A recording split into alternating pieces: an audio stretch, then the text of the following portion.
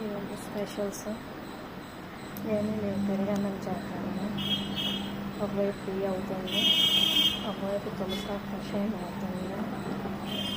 పాలు, అన్నం అన్నీ రెడీ చేసుకున్నాను. పెరుగన్నం ఒకవైపు పోపు అవుతుంది. ఫస్ట్ శనగపప్పు వేసాను, మినప్పప్పు వేసాను. ఈ రెండు వేగిన తర్వాత ఆవాలు జీలకర్ర వేస్తాను. ఇది కొంచెం టైం పడుతుంది కదా, అదైతే మాడిపోతుంది. పెరుగన్నాక మళ్ళీ మాడితే బాగోదు, మంచి కలర్ వస్తేనే బాగుంటుంది. ఒకవైపు వాము, పచ్చిమిరపకాయలు వేగుతున్నాయి. ఇది ఎక్కువ వేయకూడదు. ఇందులో కొంచెం సాల్ట్ వేస్తాను. నేను టీ ఇలా పెట్టుకుంటాను. వీలైన మట్టుగా ప్లాస్టిక్ వాడను. ఇలా గుడ్డలో వేయడం వల్ల చిన్న గుండు కూడా రాదు, బాగుంటుంది.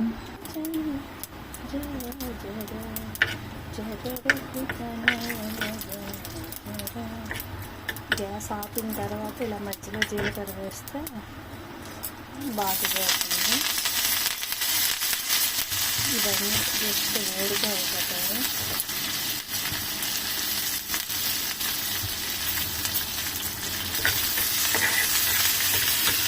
ఇది వాము, పచ్చిమిరపకాయలు, ఉప్పు.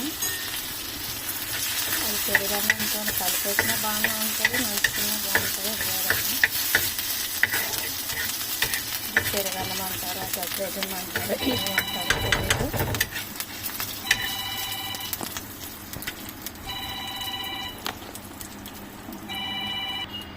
పోపు బాగా వేడిపోయింది, మంచి కలర్ వచ్చాను. ఇది కూడా రెడీ అయిపోయింది. ఇక్కడ పెరుగన్నం అదే దద్దోజనం రెడీ చేస్తున్నాను.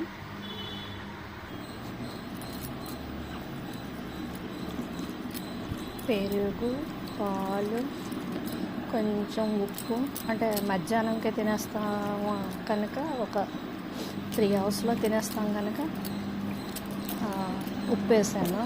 అదే లేట్గా తింటామంటే ఉప్పు వేయొద్దు, అప్పటికప్పుడు కలుపుకోవాలి. ఇంకా పక్కన పాలు, నీళ్ళు అన్నీ పెట్టుకొని అది కొంచెం ఇది కొంచెం పెరిగేసాను. గ్లాసులో కొంచెం ఉప్పు, పెరిగేసి ఇలా స్పూన్తో కలిపేసి వేసాను. ఇప్పుడు కొంచెం ఇలా ఇలా ఉందనుకోండి, ఇంక వాతావరణం బట్టి ఇంకా నైట్ కానీ రేపు మార్నింగ్ కానీ అయితే ఇంకా దగ్గరికి అయిపోతుంది. ఇది మొత్తం రెడీ చేస్తాను.